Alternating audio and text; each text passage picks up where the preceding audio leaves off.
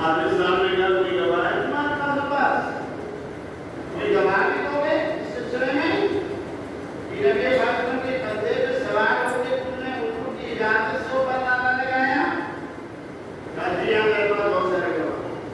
قاضی عدالت میں دو گواہ پیش کرو فوری طور پر، صرف دو گواہ مجھے سچائی۔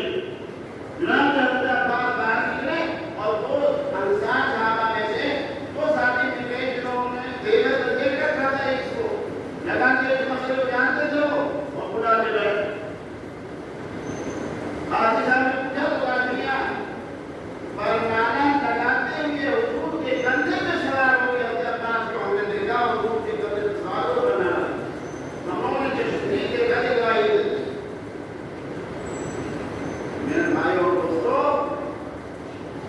سیدنا عمر رضی اللہ تعالیٰ نے فرمایا کہ اگر بات یہ ہے مجھے یہ بات معلوم نہیں تھی کہ نبی پاک صلی اللہ علیہ وسلم نے اس طرح کو لگایا تھا تو میں کہتا ہوں کہ ہونا یہ چاہیے کہ عمر کا کندھا ہو اور یہ حضرت عباس کے کندھے پہ سوار ہوں اور وہ کندھا اپنے ہاتھ سے وہاں لگا دیں اور تو میں اس کے لیے تیار ہوں کہ میں نے وہ کندھا لگایا وہاں سے بغیر کی اجازت دے۔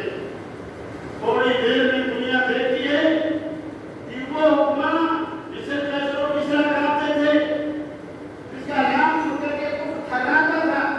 میرے بھائی اور دوستو، دیکھا دنیا نے کہ تھوڑی دیر بعد حضرت عمر رضی اللہ عنہ کے دونوں کندھے ہیں، حضرت عباس پر سوار ہیں، دونوں پیر ان کے کندھے پہ اور کروانا لگا۔ جب پروانا نصب کر دیا وہاں پہ کر دیا اور اس کے بعد نیچے اتر جاتے ہیں اور اتر کے کہتے ہیں بادشاہ سلامت خرید ہے اور گستاخی معاف کیجیے گا، حاجت کا تقاضا تھا میں یہاں سوار ہوتا لیکن اب مجھے میرا حق مل چکا۔ عدل و انصاف کا تقاضا یہ تھا جو آپ نے پورا کیا، اپنے کندھے میں مجھے سوار کر کے پرانا لگا دیا۔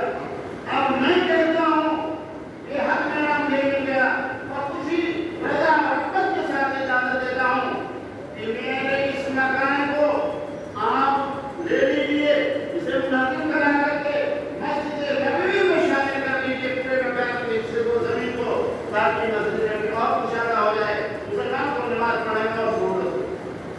میرے بھائی اور دوستو، زیادہ ہی ہو گیا، میں نے بات میں ختم کر رہا ہوں۔